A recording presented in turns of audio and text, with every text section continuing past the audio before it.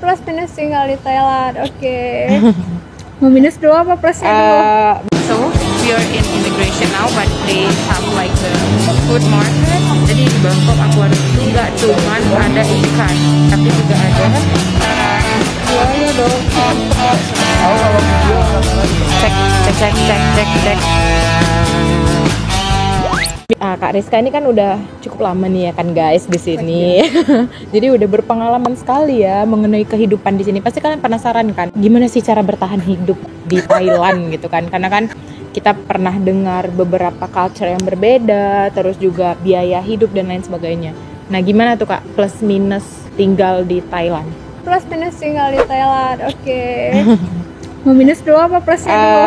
Minus dulu lah ya. Yang paling berat itu mungkin karena kita yang muslim itu kesulitan, sebenarnya nggak terlalu sulit sih, tapi ya agak sulit untuk menemukan tempat ibadah.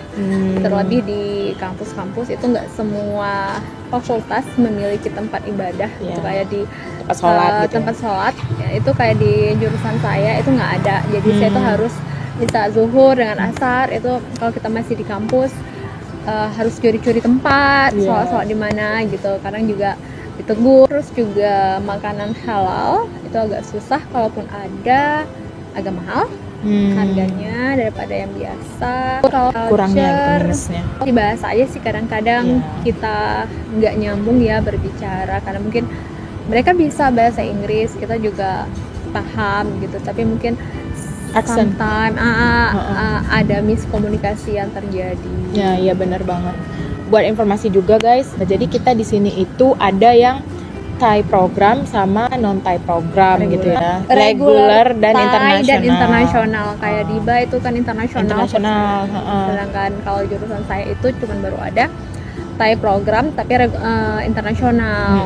Itu kalau misalnya di kelas apabila ada yang internasional itu diwajibkan semuanya berbahasa Inggris. Cuman ya gitu guys, ya tetap ada kayak sometimes miscommunication, something like that. Oke, itu minusnya. Nah sekarang nih yang paling kalian tunggu, plusnya Kak, kuliah dan tinggal di Thailand tuh apa? Oke. Kenapa sih harus Thailand? Thailand? Kayak skripsi ya? Alasan kenapa saya milih Thailand, pertama tadi balik lagi jurusan yang saya pilih karena packaging di KSESAT merupakan yang pertama Asia Pasifik.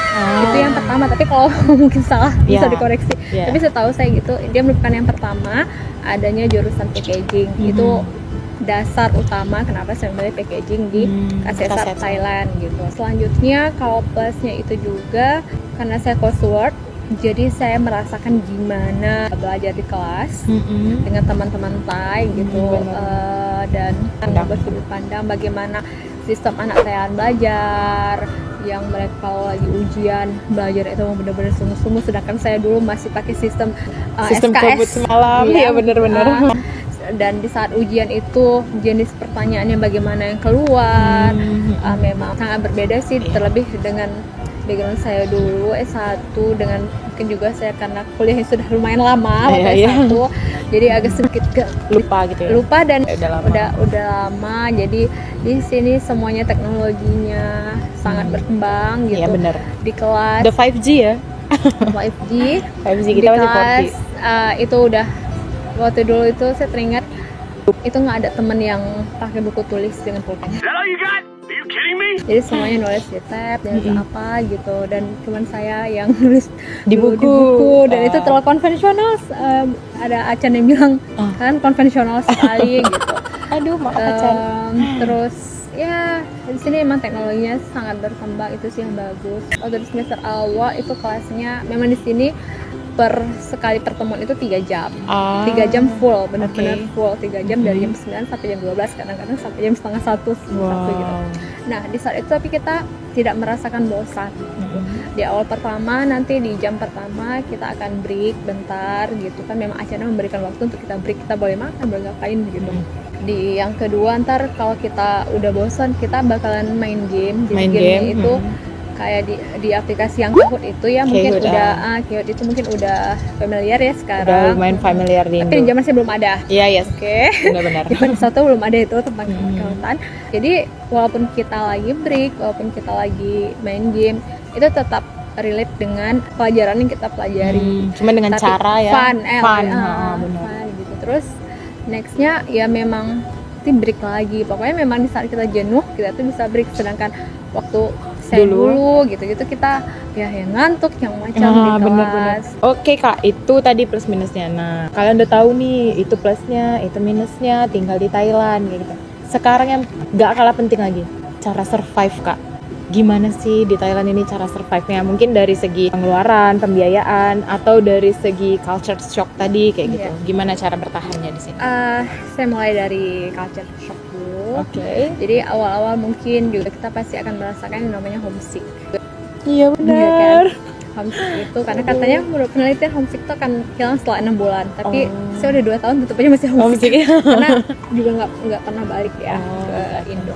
Sometimes di situ kita membutuhkan orang Indonesia. Kalau bagi saya pribadi, kita memang butuh juga teman internasional, tapi sometimes kita rindu akan berbahasa. Iya, benar. Gitu.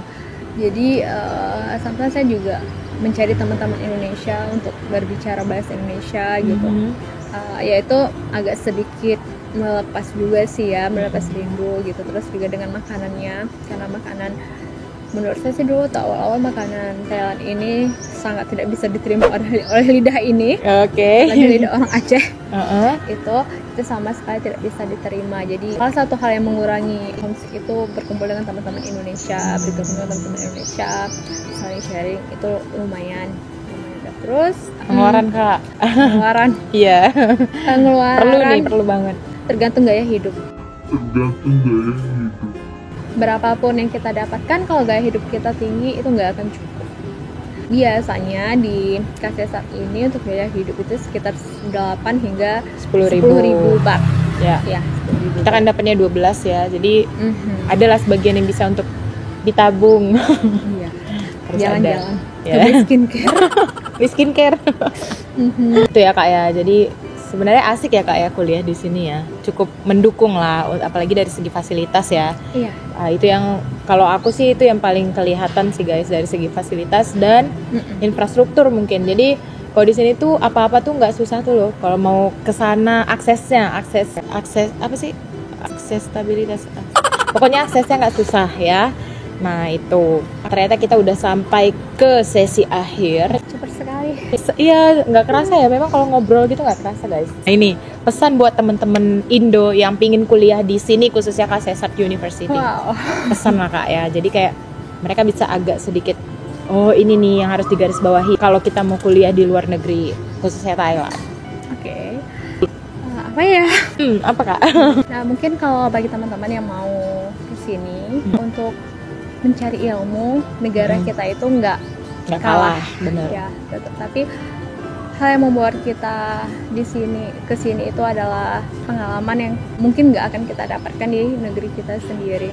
Bagaimana masyarakatnya, bagaimana kita hidup, karena yang saya tahu selama ini semakin saya kesini itu semakin membuat kita dewasa dan mandiri. Mungkin kalau untuk ilmu itu tidak, kita keluar negeri tidak menjamin kita untuk lebih pintar dari yang sekolah di dalam negeri, tapi sesuatu yang saya dapatkan adalah menjadi lebih kuat. Stronger person. Yes, toughness gitu.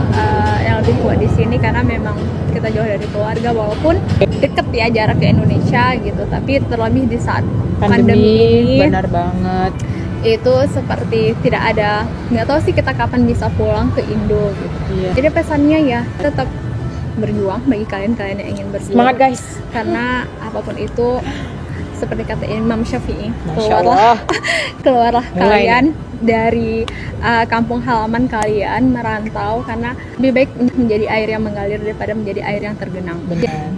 Jadi kita harus mengikuti aliran air. Iya. Keluarlah mencari pengalaman, ilmu-ilmu yang mungkin tidak kita dapatkan di negeri kita sendiri. Iya, benar banget guys. Semangat.